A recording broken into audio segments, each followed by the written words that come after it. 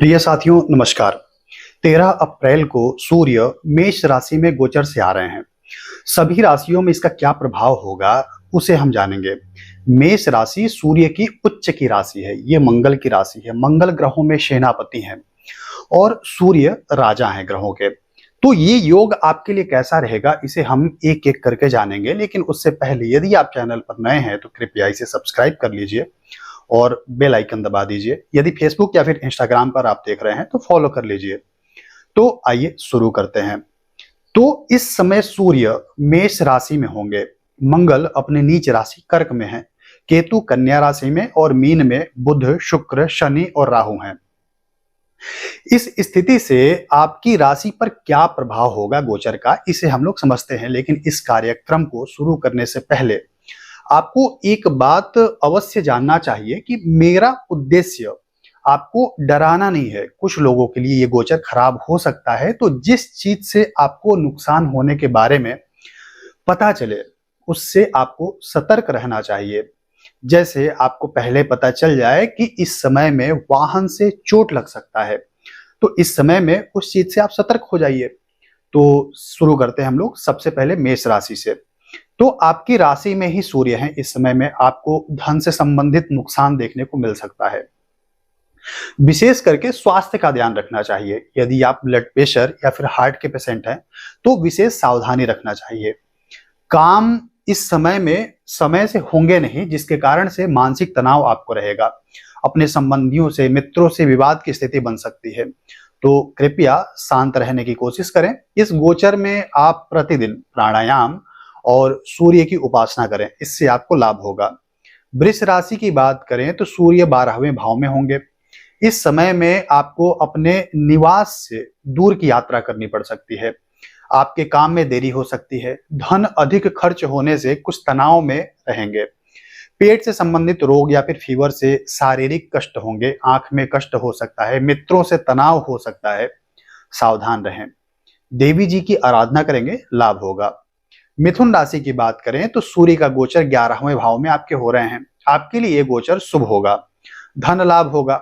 यदि इस समय में प्रयास करें तो आपको नौकरी में पदोन्नति मिल सकती है, या फिर अगर आप व्यापार कर रहे हैं तो उसमें भी कोई काम अगर रुका हुआ है उसे अगर फिर से करने की कोशिश करें तो आपका काम वो हो जाएगा। स्वास्थ्य अच्छा रहेगा। अपने से बड़ों से इस समय में लाभ प्राप्त करने की कोशिश करें तो लाभ अवश्य मिलेगा। इस समय में सात्विक रहें, अध्यात्म में मन लगाने की कोशिश करें। इस समय में आपको आध्यात्मिक और भौतिक दोनों प्रकार के सुख प्राप्त हो सकते हैं। कर्क राशि वालों के लिए सूर्य 10वें भाव में है। इस समय में आपको मित्रों से लाभ मिलेगा, अपने काम से धन मिलेगा। कहीं धन फंसा हुआ है तो प्रयास करेंगे वो आपको मिल जाएगा। आपसे उच्च पद पर जो लोग हैं उनसे आपकी मित्रता बढ़ेगी। प्रत्येक काम में सफलता मिलेगी। इस समय में अधिक से अधिक काम करें, क्योंकि जब भी समय अच्छा हो तो व्यक्ति को अधिक काम करना चाहिए ताकि फल अधिक से अधिक मिल पाए।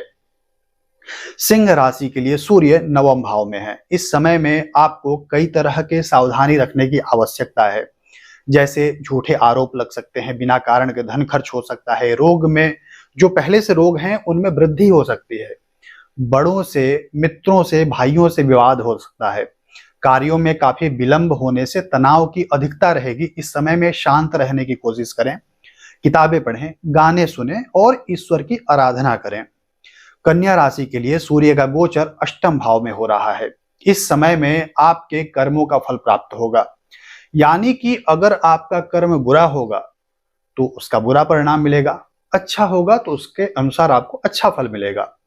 शत्रुओं से सावधान रहें, शारीरिक कष्ट हो सकता है। जिन लोगों को पाइल्स आदि के रोग हैं उनकी पीड़ा बढ़ सकती है। सरकार की तरफ से जुर्माना लग सकता है।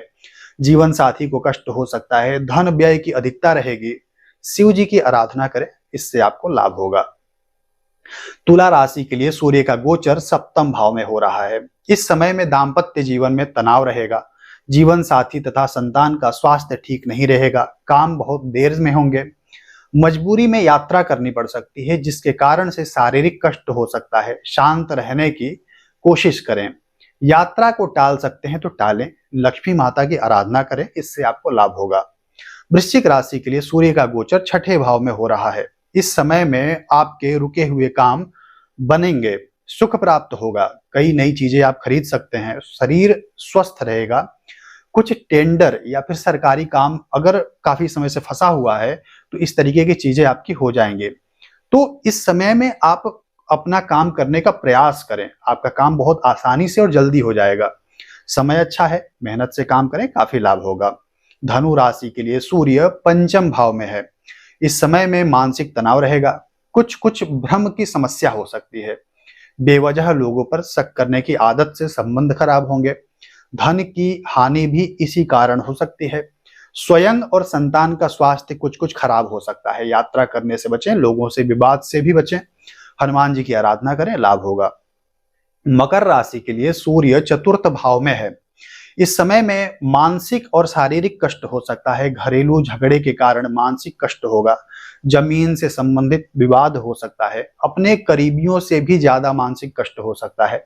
शांत रहने की कोशिश करें, विवाद से दूर रहें। कोई जमीन का काम हो तो कुछ समय के लिए टाल दें, हनुमान जी की आराधना करें, लाभ होगा।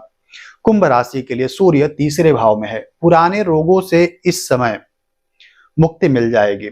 इस समय में सुख शांति महसूस करेंगे। अपने से उच्च अधिकारियों से लाभ मिलेगा।